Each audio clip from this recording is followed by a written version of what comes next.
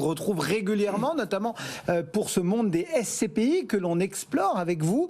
Et il y a un sujet qui revient souvent, enfin même régulièrement sur la table quand on parle SCPI, ce sont les frais.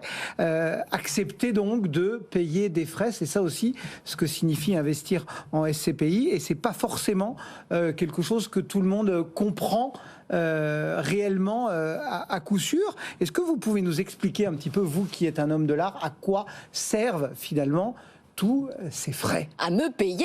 Oui, en dehors de ça. Oui, alors il faut reconnaître qu'on ne fait rien pour faire en sorte que tout le monde puisse comprendre. Ça reste quand même assez nébuleux. Donc je vais essayer de prendre un exemple très simple. Donc ça veut dire que vous vous mettez aussi un peu dans le tas? Oui, je l'admets, mais on peut faire mieux. Voilà. D'accord. Et je vais essayer ce matin de vous donner un exemple très simple en comparant deux choses. Vous pouvez investir votre argent directement dans l'immobilier locatif et vous avez plusieurs façons de le faire. Vous achetez par exemple un appartement que vous allez mettre en location. Vous pouvez le faire vous-même, aller voir l'agent immobilier ou aller voir votre voisin qui va vendre un appartement, trouver un locataire vous-même, faire les quittances, encaisser les loyers. Quand le locataire ne paye pas, vous allez sonner à la porte en disant j'aimerais vous payer le loyer, et puis vous occuper des travaux, et puis un jour le revendre. Enfin, c'est beaucoup de travail. D'ailleurs, tous les gens qui se sont un jour ou l'autre essayé l'exercice disent bon, au bout d'un moment, je vais peut-être un peu sous-traiter. Donc vous allez voir une agence immobilière pour vous aider à la location. Vous allez sous-traiter également les travaux, etc. Et donc, on voit que tout ça a un prix. Alors, soit c'est votre temps et vous le faites vous-même, c'est votre passion. Il y a des gens dont c'est la passion de gérer l'immobilier.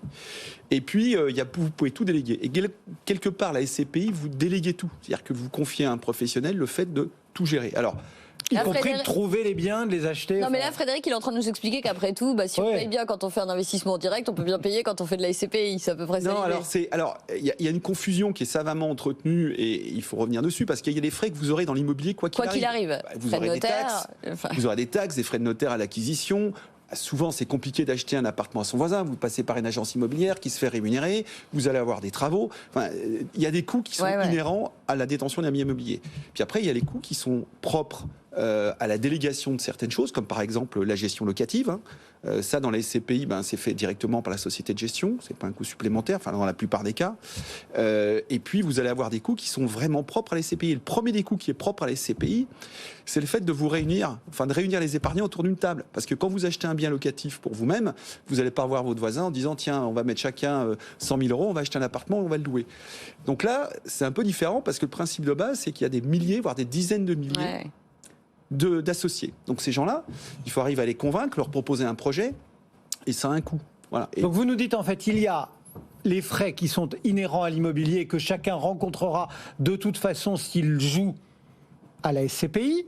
Voilà. Et puis, il y a des frais inhérents à la SCPI. Exactement. Ça veut dire qu'aujourd'hui, un épargnant qui se dit « Ok, moi, finalement, j'ai pas envie de me déplacer un dimanche matin pour régler un problème de chasse d'eau. Il dit je veux investir en SCPI. Il doit s'attendre à quoi ? Alors, il va d'abord trouver des frais qui sont liés au fonctionnement de au fait que la SCPI va vous rassembler. C'est ce qu'on appelle les frais de souscription. Et ça, ils sont pas les mêmes partout, Frédéric ? Non, mais en moyenne, c'est aux environs de 11%. Voilà, pour faire simple. Donc, ça a un coût. Et c'est le coût qui fait que vous allez rester un certain temps parce qu'il faut amortir ces 11%. C'est un one-shot, on est d'accord. C'est un one-shot, oui. Donc, mais qui est logique par rapport à la durée de détention de l'immobilier. On dit qu'il faut être entre 8 et 15 ans dans le SCPI. Donc, ça revient entre 0,7 et 1% par an, globalement. Ensuite, vous allez avoir les frais de gestion. Donc là, les frais de gestion, c'est un peu plus cher. C'est aux environs de pas loin de 12%. Et là, c'est un coût supplémentaire, coût que vous n'avez pas si vous êtes en direct, vous gérez tout par vous-même, mais que vous aurez quelque part si vous confiez la gestion à ce qu'on appelle un administrateur de biens. Alors, il y a une balance à faire derrière tout ça. Ça, c'est les deux principales familles de coûts, on va y revenir. Et puis ensuite, il y a les frais un peu plus spécifiques qui sont les coûts pour les travaux. Généralement, c'est quand on refait un immeuble. Ça équivaut globalement à une forme de maîtrise d'ouvrage. Et puis, il y a des coûts qui sont liés à la cession des immeubles, qui sont normalement faits pour encourager le gérant à vendre quand il y a une bonne affaire à faire quand vous cédez. Bon. Là, il faut reconnaître que ce n'est pas toujours le cas. Dans 95% des cas, ces commissions, elles sont indépendantes de la plus-value. Voilà. Donc, il faut être un peu vigilant là-dessus. Évidemment, on va bien se rendre compte qu'on a des frais qui sont intéressants pour l'épargnant s'il y a une plus-value. S'il n'y a pas de plus-value...